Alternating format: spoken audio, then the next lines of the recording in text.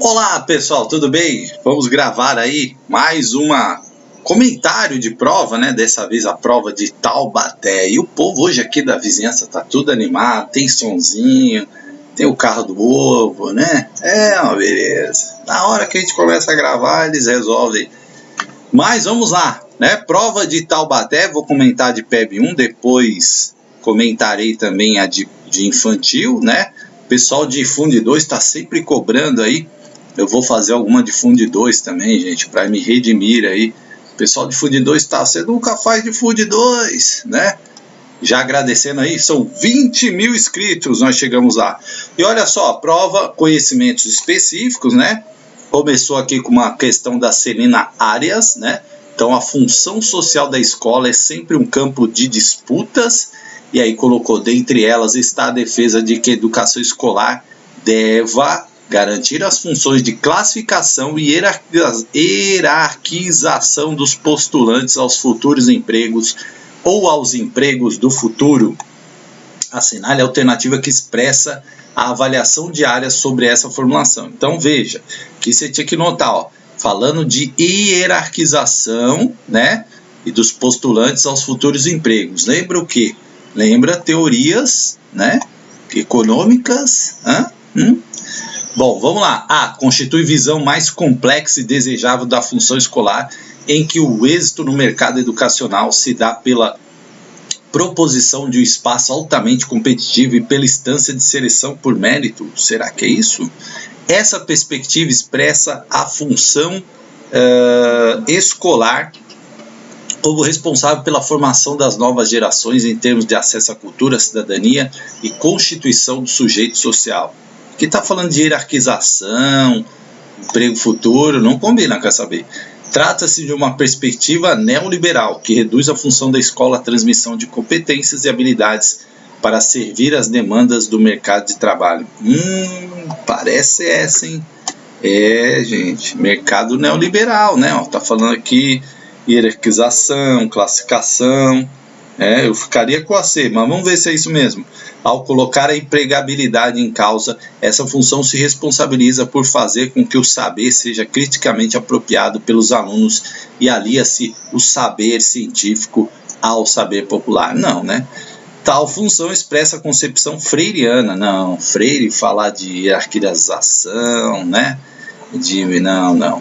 Da função da escola enquanto formação do sujeito, desenvolvimento de seu papel como dirigente de seu destino, dos destinos da sua educação e da sua sociedade. Portanto, né, você até poderia confundir aqui, mas a A já colocou aqui, ó, visão mais completa e desejável da função escolar. Não é, né? Não é essa visão mais desejável. Aqui fala de acesso à cultura, à cidadania, então não tem nada a ver com hierarquização, classificação. Portanto, é realmente uma visão neoliberal, tá? Como colocou aqui, ó, né? Visão neoliberal. Portanto, gabarito letra C de casa.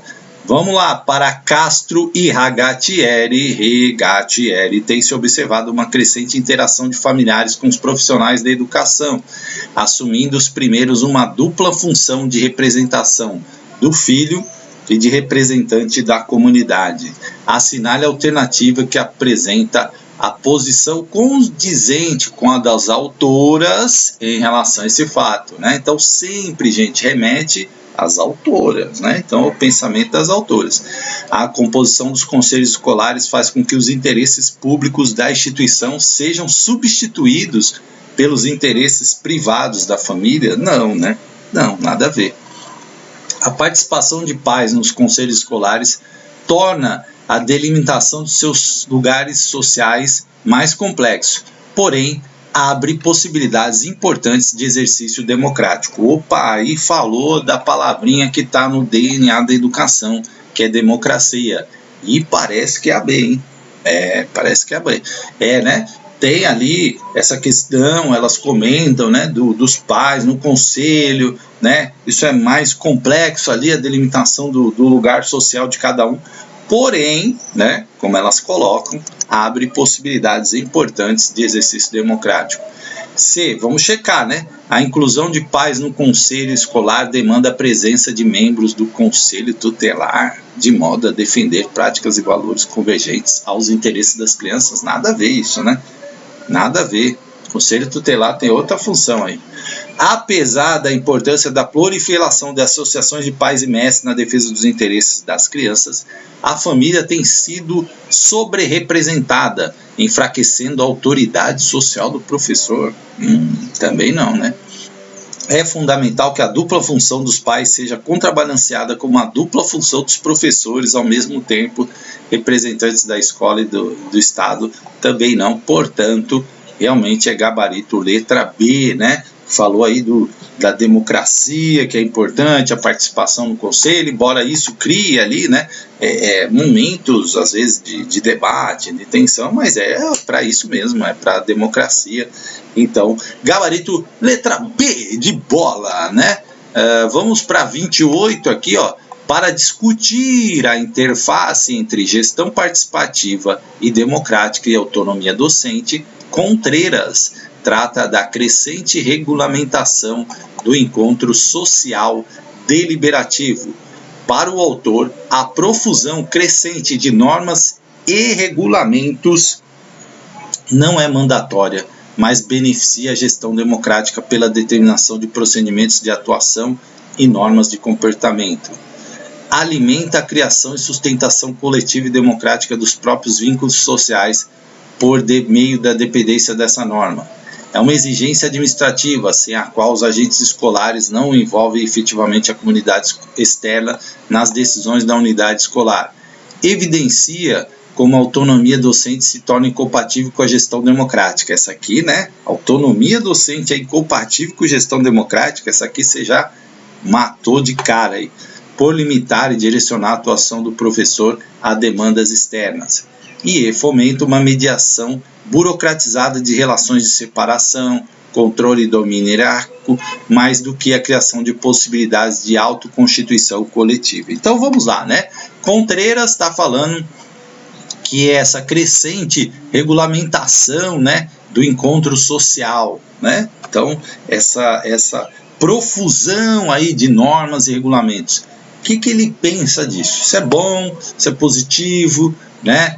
Isso é negativo. Para Contreras, isso aí não é positivo, né? Muita norma, muito regulamento, isso aí não é legal. Então, ele não fala que não é mandatório, nem beneficia a gestão democrática. Segundo, na visão dele, não beneficia, né? Burocratiza a gestão, alimenta a criação, sustentação coletiva e democrática, né? Também não.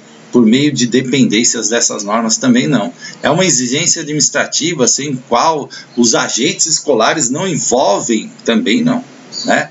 Não, na visão dele não é isso. Evidencia com a autonomia docente se torna, essa aqui então nós já eliminamos de cara, né?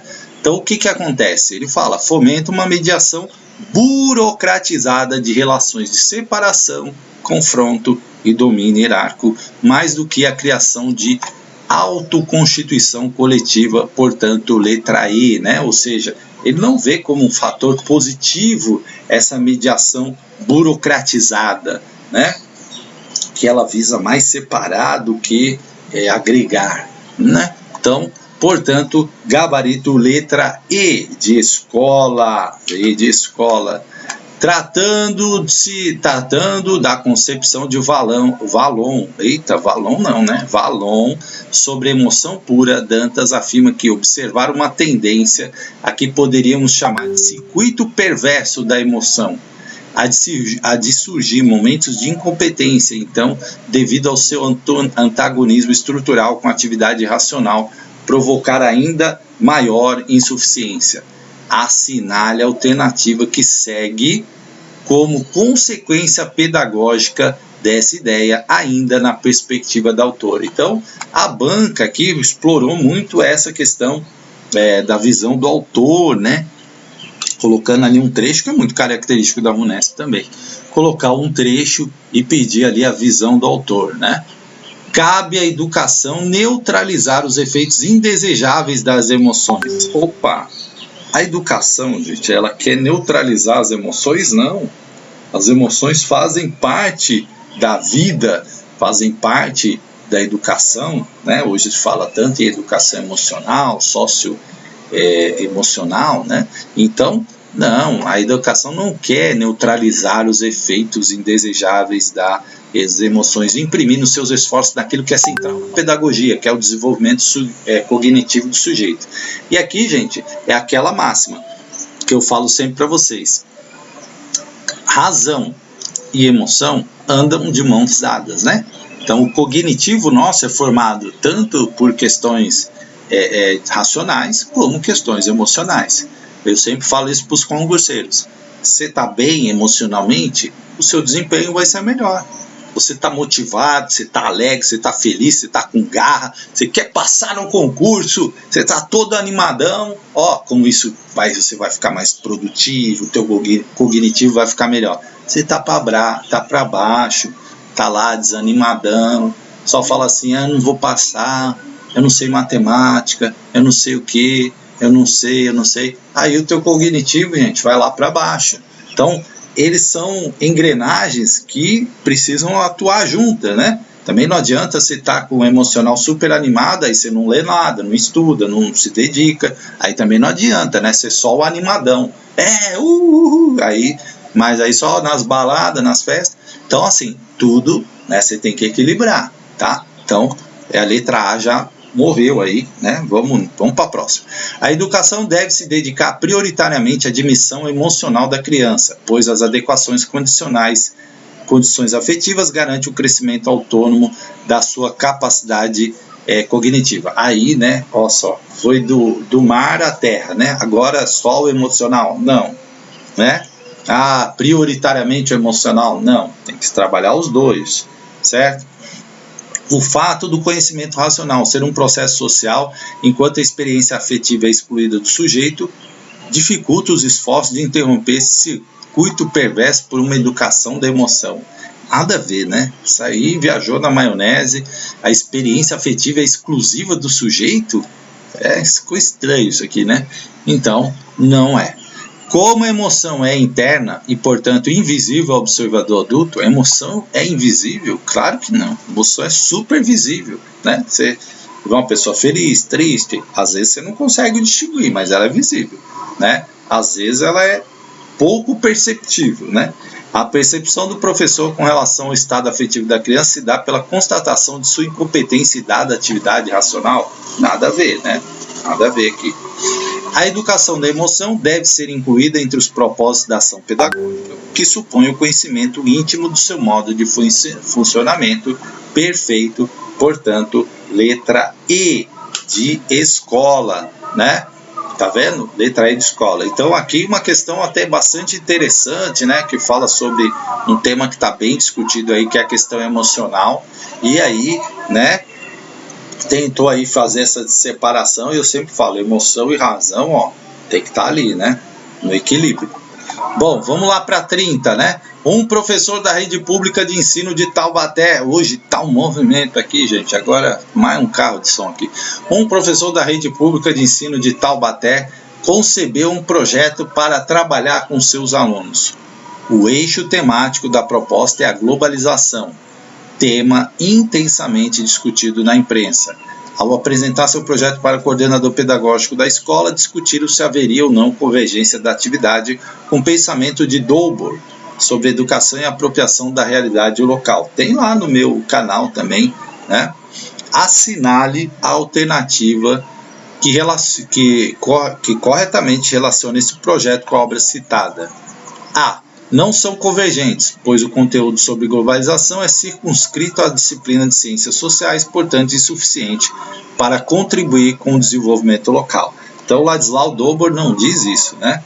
Que não é convergente. Para ele é sim, tá? É sim convergente, né? Mas vamos ver como. A primeira já, né, descartamos porque diz que não é convergente, e o Ladislau diz que é convergente, né? Partir do local para entender o global, né? Então, entendo a minha localidade e aí vou fazer relações com a questão global. São convergentes, pois estudar a globalização é uma importante forma de escapar à realidade local e suas limitações? Não. Ele fala que a realidade local é super importante. Aliás, deve ser conhecida, né? Para você fazer justamente esse link com a realidade global, permitindo ao estudante o contato com conteúdos de fato relevantes à vida global contemporânea. Não, já eliminamos a B. Não são convergentes. Pronto, né? Já não, é convergente sim. Pois a criação de um projeto dedicado à globalização terá efeitos negativos sobre os estudantes, propondo-lhe parâmetros irreais para pensar nas condições de sua realidade local, totalmente fora, né? Aqui, ó, são convergentes, pois a globalização é um fato indiscutível, que pode ter impacto significativo sobre o desenvolvimento local, merecendo análise de alternativas de atuação junto às lógicas globais. Letra D de dado de Dolbor, né? Parece essa aí, vamos ver. Ó, já começou aqui, não são convergentes, né? Pois a globalização é um tema de interesse dos grandes centros de desenvolvimento economicamente, o que consiste em realidade incondizente ao município brasileiro de menor porte como Taubaté, nada a ver, portanto, letra D de dado, né? Taubaté nem é tão de menor porte assim, é uma cidade, né, ali com... Bom, letra número 30, letra D de Dolbor, né? 31. A vida escolar apresenta a crianças múltiplas linguagens, um material semiótico amplo que se extrai do contexto social do qual participa.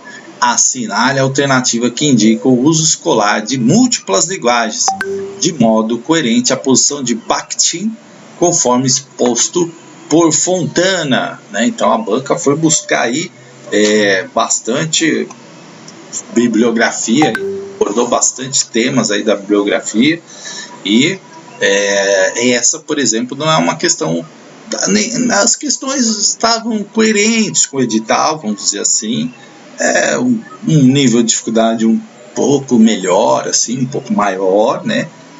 Porque exigia realmente ali você ter domínio de alguns autores, das ideias centrais deles, né? E algumas especificidades também. Então, como essa número 31 aí. Então, vamos ver, né?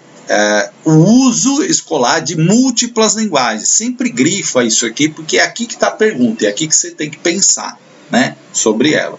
A apresentação de múltiplas linguagens garante que o indivíduo consiga formar sua própria significação, independente das condições sociais de produção das interações para os signos que encontrará no curso da vida. A expressão organiza o pensamento de modo que a atividade mental se enraiza socialmente nos signos da coletividade. Assim, o contato com múltiplas linguagens potencialmente amplia o alcance da consciência. Ao conhecer muitas formas de expressão, a criança adquire progressivamente a capacidade de se harmonizar ao contexto social, reduzindo o confronto entre vozes e conceitos contraditórios na produção de sentidos. E D. A linguagem é o campo de superação da ideologia. Assim, ao se valer da diversidade da linguagem, a escola contribui para o apagamento das marcas ideológicas, inclusive na sua própria atuação social. O domínio de múltiplas formas de linguagem permite à criança expressar de forma mais precisa as ideias que já se encontram formadas em sua consciência, antes mesmo do contato com o mundo dos signos. Então vamos lá, né? É uma questão bastante complexa do ponto de vista de interpretação, porque estão falando aqui de múltiplas linguagens, material semiótico, né? Então aí um pensamento um pouco mais complexo. Vou diminuir um pouco aqui só para a gente ver a questão inteira, uma questão, né, grande. Então vamos lá. A apresentação de múltiplas linguagens garante que o indivíduo consiga formar sua própria significação independente das condições sociais da produção de interações? Não, porque elas são fundamentais, né? A gente vive falando, é importante a questão do contexto social, da cultura, né, da linguagem. Então não é independente, tá? A expressão organiza o pensamento, de modo que a atividade mental se enraiza socialmente nos signos da coletividade. Ok, né? Então, eu tenho formação sociológica, talvez para isso seja mais fácil para mim entender isso do que talvez para as pessoas, né? Então, assim, tudo que nós fazemos, né, nós temos ali a sociedade, os seus símbolos, signos, a questão cultural, que ela vai se enraizando na gente. Por que a gente fala português? Porque a gente vive num país onde todo mundo fala português, né? Se a gente nascesse em outro país, aí vai enraizando ali, né, várias coisas da nossa cultura, enfim, do nosso jeito de ser e tal. Aí coloca assim o contato com múltiplas linguagens potencialmente amplia o alcance da consciência. Parece bacana, né? Fala de ampliação, de pensamento, aí sempre aquilo que eu falo, DNA, pensa na amplitude, parece ok, né? Mas eu ficaria desconfiado ainda, eu iria olhar outras, né? Ao conhecer muitas formas de expressão, a criança adquire progressivamente a capacidade de se harmonizar ao contexto social, reduzindo o confronto, não, né? Então aqui, ó, harmonizar, reduzir, né? Contraditórios na produção de sentido, nada a ver, né?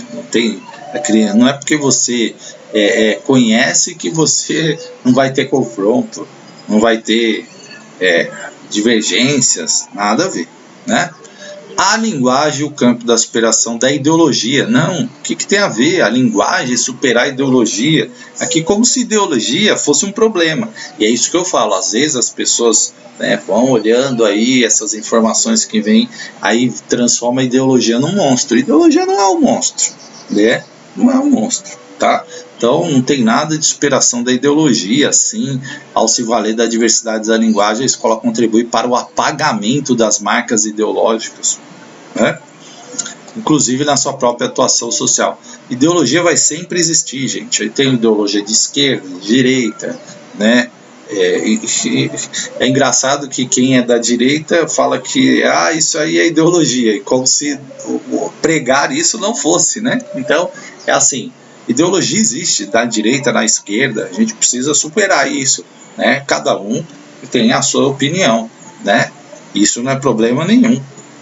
O domínio de múltiplas formas de linguagem permite à criança expressar de forma mais precisa as ideias que já se encontram formadas em sua consciência, antes mesmo do contato com o mundo dos signos. Não, né? Aí a gente vai adquirindo isso à medida que a gente vai vivendo na sociedade, certo? Por isso que somos seres sociais, né? Portanto, realmente, gabarito B de bola, né? B de bola.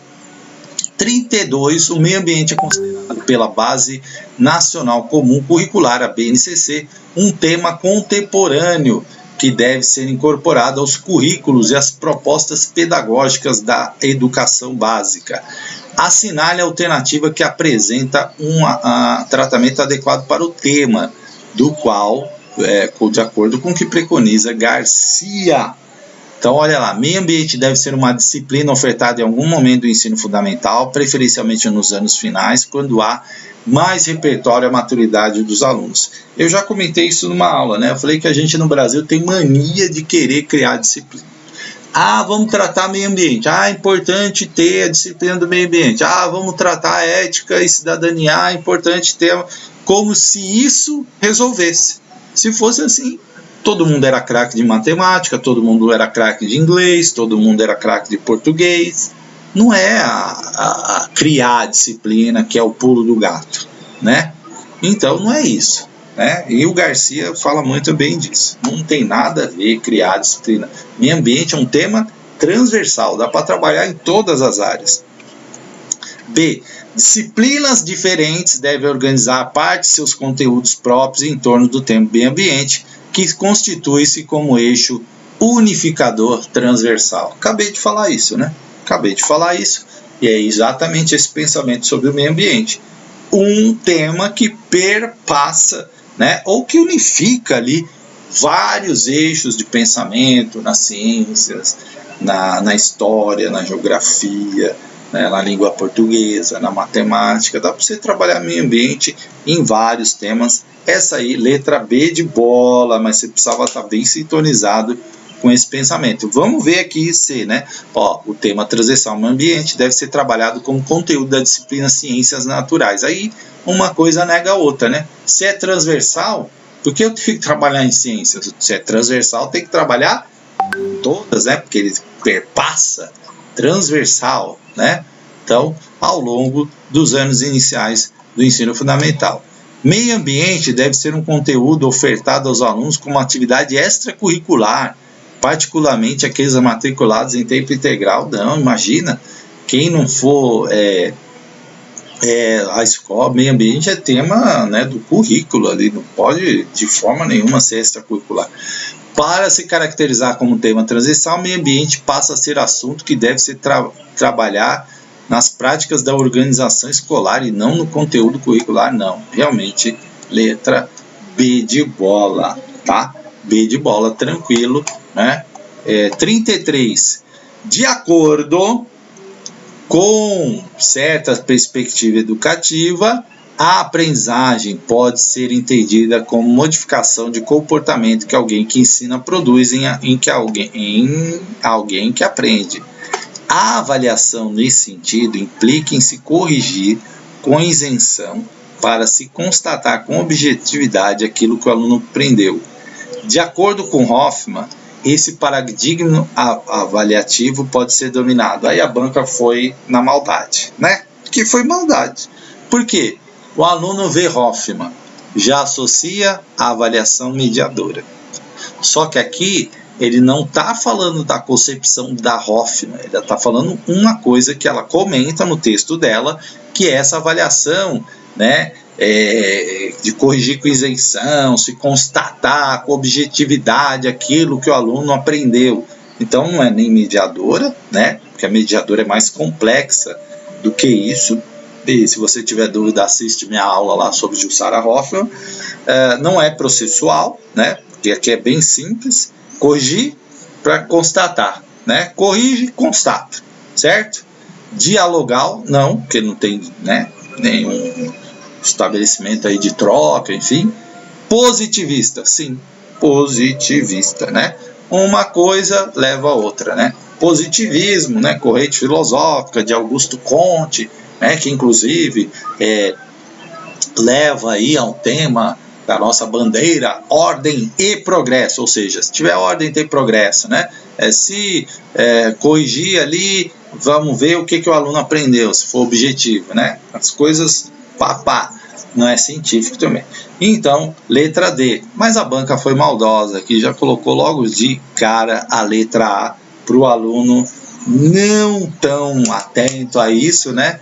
Ir lá e marcar avaliação mediadora, mas é positivista, tá? Papum, tem até um vídeo que eu comento, olha, nem sempre a ordem leva o progresso. Teve até uma pessoa que fez um comentário lá, até um tanto indelicado, vamos dizer assim, né? É claro que leva, né? Quase voou no meu pescoço. Se estivesse na aula, acho que ele catava eu pelo pescoço. Aí o que eu quis dizer assim, nem sempre a ordem vigente, né, leva ao progresso. Por exemplo, já tivemos momentos que a escravidão era uma ordem. No regime nazista, colocar judeus no campo de concentração era a ordem, né? Isso aí não tem nada de bom, né? Vamos lá, nem escravidão, nem campo de concentração, né? E era a ordem do momento. A mulher ser submissa ao homem. Já houve vários momentos, né, na sociedade onde inclusive a legislação colocava que a mulher tinha que pedir autorização para o homem para trabalhar. Isso era a ordem da época. Era bom, né, o casamento arranjado, inclusive ainda existe em algumas sociedades. Então, né, o que eu quis falar, nem sempre a ordem, né, o que se diz ordem naquele momento histórico, por isso que o contexto é importante, significa progresso, né? Porque a humanidade já viveu aí momentos, e até hoje, né, a gente vive. Portanto, positivista, né? Essa coisa mais A leva B, né? Sim, corrige objetivamente, que nós vamos saber que o aluno aprendeu. Qual dessas falas, 34 a seguir, a respeito dos conhecimentos prévios dos alunos, pode ser caracterizada adequadamente como decorrente de ensino crítico construtivista, segundo a conceituação oferecida por Joffre, né? Meu papel como professor é construir para os estudantes o universo do conhecimento científico, estético e humano. Assim, é fundamental que conceitos prévios das crianças sejam substituídos pelos legado de saberes historicamente produzidos pela humanidade, né? Aqui foi aí perguntar sobre construtivismo, né? E como que é essa ideia defendida aí pela autora. Ao mesmo tempo em que o ensino construtivista estimula a elaboração do conhecimento novo pelo próprio aluno, não se pode negligenciar a dimensão crítica. Nesse sentido, cabe a mim, como professor, analisar criticamente os conhecimentos prévios das crianças. C. As ideias prévias de meus alunos devem ser usadas como ponto de partida para a construção dos novos conhecimentos em sala de aula. Ao longo das atividades que proponho, as crianças devem adotar novas ideias ou integrá-las com seus conceitos prévios. Minha concepção crítico-construtivista do ensino sempre me leva a questionar as práticas de imposição de saberes. É preciso respeitar e legitimar os conceitos prévios das crianças, pois eles são o fim de todo o processo educativo centrado no aluno. Minha atribuição como professor é mostrar aos estudantes que os conhecimentos prévios por eles próprios construídos devem ceder lugares àqueles amplamente aceitos pela sociedade. Para que o conhecimento seja relevante, é preciso que seja alvo de uma crítica social histórica e não individual. Bom, aqui uma pergunta, né, sobre o pensamento, um ensino crítico construtivista, tá? E aí, claro, conceituação da autora aqui. Então, uma questão até difícil, né? Até difícil, porque aí precisava realmente ter um conhecimento dessa ideia do ensino crítico construtivista. Então, aqui a gente já elimina A, né? Conceitos prévios das crianças sejam substituídos pelo legado, né? Então a gente já eliminaria essa. Aqui nesse sentido cabe a mim como professor, né? Então também a gente já derruba essa ideia. E a C, né? A C está ok. As ideias prévias de meus alunos devem ser usadas como ponto de partida para a construção dos novos conhecimentos em sala de aula, né? A palavra construção aqui ajuda também a dar uma dica aí, né? Ao longo das atividades que proponho, as crianças devem adotar novas ideias ou integrá-las aos seus conceitos prévios, né? Então essa aqui realmente é a alternativa que combina aí com o ensino crítico construtivista, né? Aqui a imposição de saberes, né? Os preciso respeitar, pois eles são, enfim, também não é. Minha atribuição é mostrar aos estudantes que os conhecimentos prévios devem ceder lugar, substituir, não, né? Portanto, é realmente a letra C de casa, né? Uma questão difícil, viu, gente? Não é fácil essa questão, não. 35. Lerner afirma que a avaliação da leitura continua sendo um campo no qual pode ser identificadas mais perguntas que respostas. Entretanto, propõe alguns apontamentos que são fundamentais nas considerações sobre essa tarefa. Assinale a alternativa que apresenta a perspectiva da autora sobre o assunto. É preferível promover a leitura de livros completos, mesmo que não se possa controlar com exatidão tudo o que as crianças aprendem ao lê-los.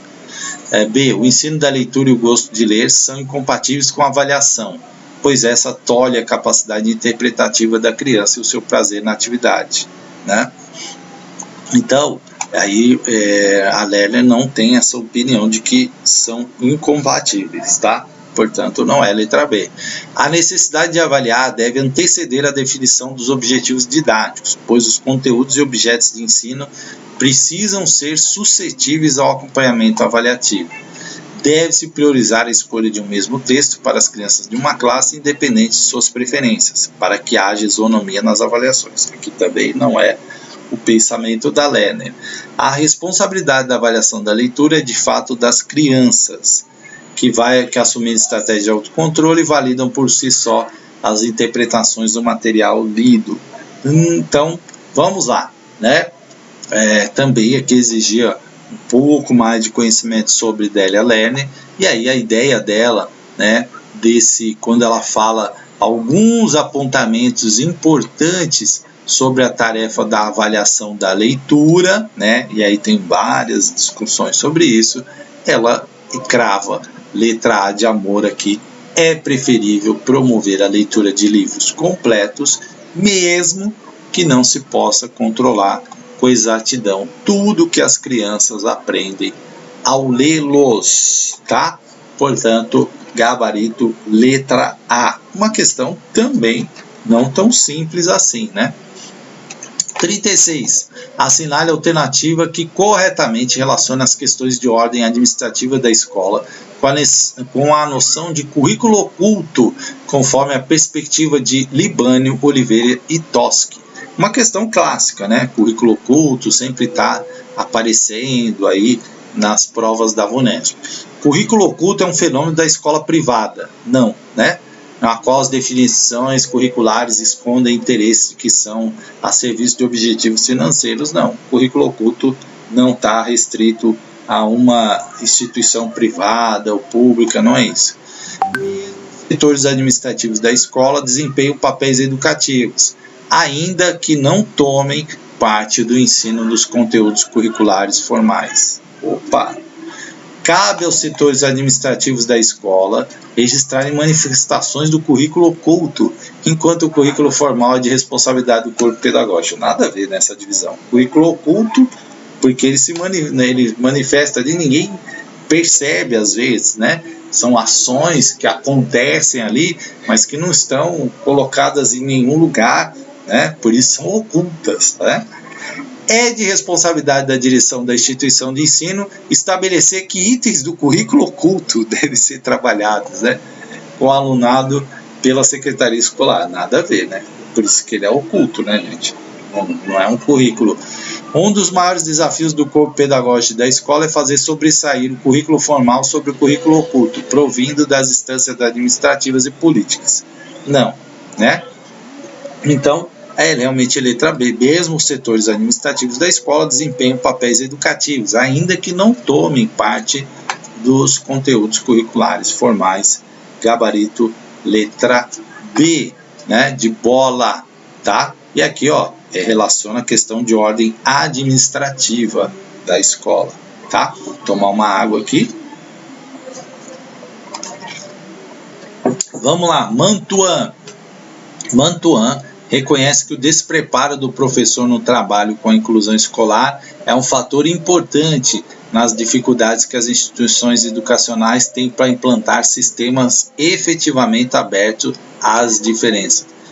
Por isso, a formação continuada do corpo docente é um aspecto chave na busca pela inclusão.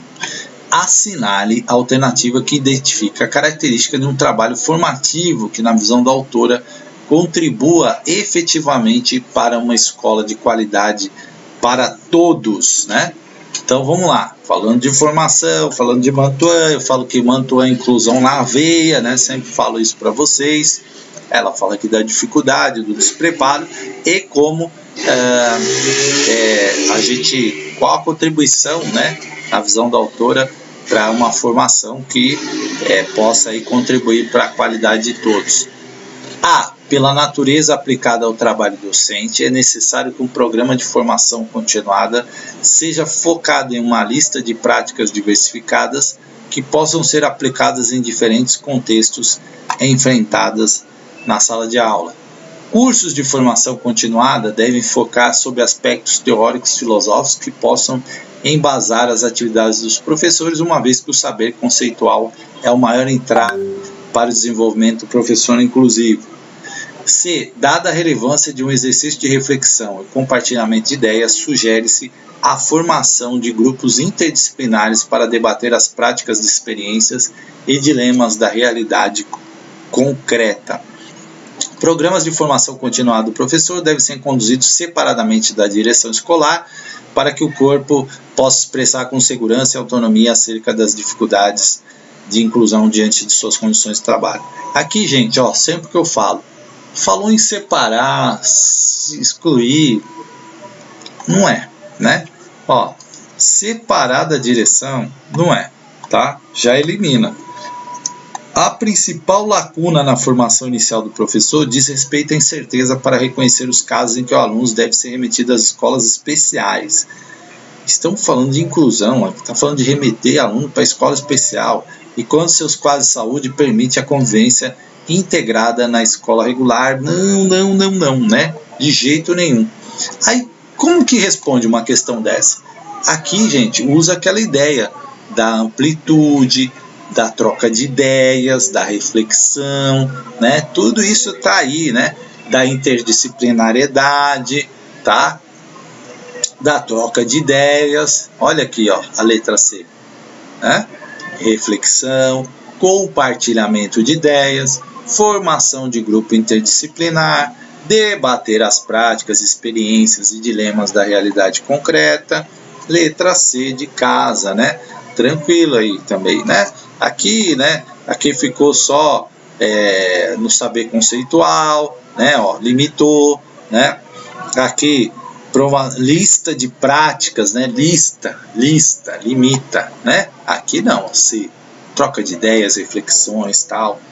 C de casa, 38, opa, 38 é para baixo.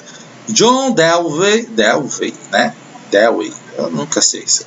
Foi um importante filósofo da educação cujo pensamento ainda influencia na compreensão e na prática educacional. Para Queiroz e Moita, o pensador pertence a qual tendência pedagógica? Essa aí, né? Foi mais tranquila, né? Mais tranquila. Não é a crítico social dos conteúdos, porque essa está ligada ao Demerval Saviani, não é a tecnicista surgida lá na década de 60, não é a progressista libertária, né? Também não é aí a liberal renovada progressista, né? E não é a culturalista não diretiva. Aí eu dei até uma aula sobre isso, né, gente? Essa foi uma pergunta direta, né? Ali tinha que relacionar o John Dewey, né? Nunca sei como se fala isso. A tendência dele, uma questão essa um pouco mais tranquila ali. Claro, se você tivesse acompanhado lá, né? Aquela aula. Considere o texto para responder as perguntas 39 e 40. Elizabeth é professora do 5º ano do ensino fundamental. No 2º semestre, ela sempre planeja alguma obra de literatura como propulsora de um projeto. Neste ano, tem como proposta pedagógica um conjunto de atividades intitulada Raiz de Lobato, Raiz de Taubaté, né? Monteiro Lobato é da terra de Taubaté, né? Então, obviamente, tinha que ter uma pergunta relacionando isso. Nela, a professora trabalha a leitura coletiva de Reinações de Narizinho, associada à saída pedagógica ao Museu Monteiro Lobato e ao Parque do Sítio do Pica-Pau Amarelo.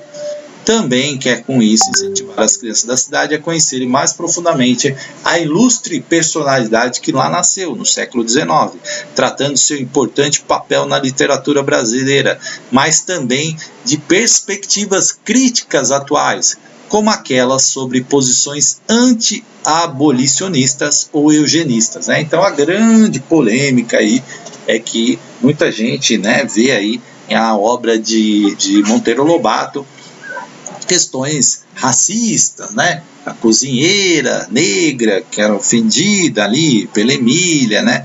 Tem até trechos aí, pessoal, né? O próprio Monteiro Lobato, se ele era um anti-abolicionista, defensor da escravidão, né? Defensor aí da eugenia, né?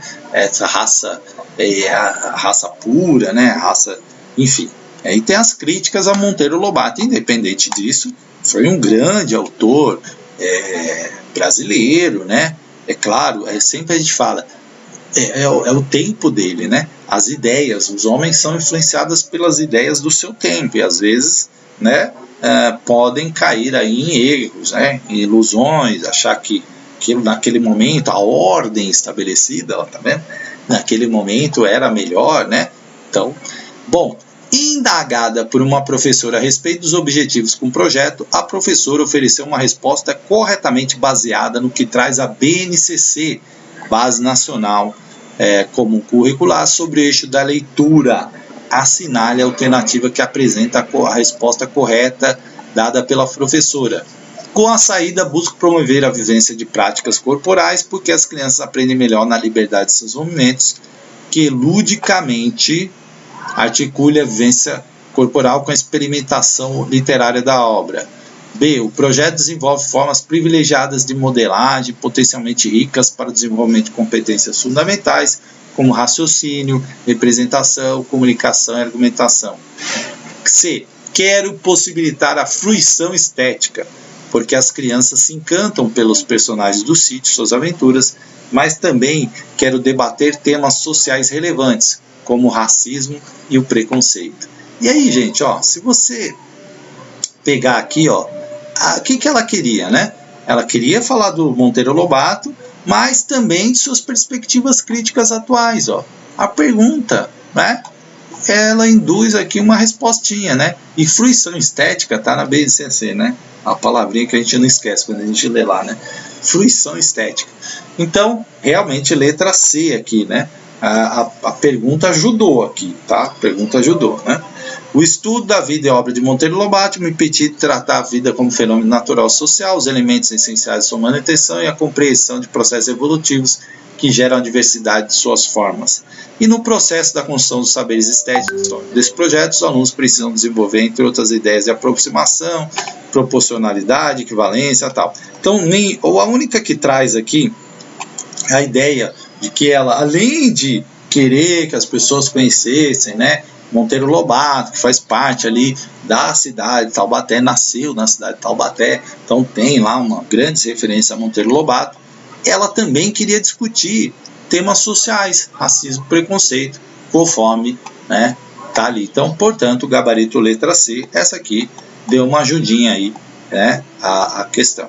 Vamos lá. Após a saída pedagógica, Elizabeth utilizou imagens históricas e comparou com fotos das crianças que elas mesmas tiraram na fazenda onde nasceu Lobato e no percurso até lá. Seu objetivo era discutir com o encontro dos homens entre si com o meio natural por intermédio de seu trabalho conjunto para a sobrevivência. Promove transformações e criações nesse meio.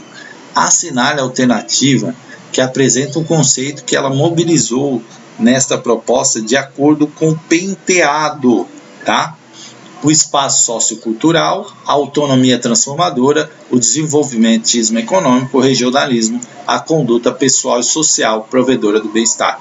Aí, direto, pergunta também, né? Então, quando ela leva na fazenda, que ela quer discutir o encontro do homem com o meio, as transformações, como que fizeram ali para sobreviver, ela está falando de espaço sociocultural, né? Tem nada a ver com autonomia transformadora, desenvolvimentismo econômico, regionalismo, não. Aí, de acordo com a autora, né, Penteado, aí estamos falando de espaço sociocultural. Hoppoli, ao discutir a inclusão escolar, trabalha com concepções críticas para além dos usos mais disseminados dos termos diversidade e multiplicidade. Assinale a alternativa que expressa corretamente a perspectiva apresentada pela autora. Inclusive, eu acho que já, né, eu comentei essa questão, né? Então, eu acho que eu comentei essa questão com vocês, tá? Mas eu vou dar uma paradinha no vídeo aqui e vou fazer uma segunda parte para vocês tomarem uma água, darem uma descansadinha, né? É importante. E aí a gente vem com a parte 2, comentando as outras e as 10 questões que faltam, tá bom? Grande abraço, até daqui a pouco.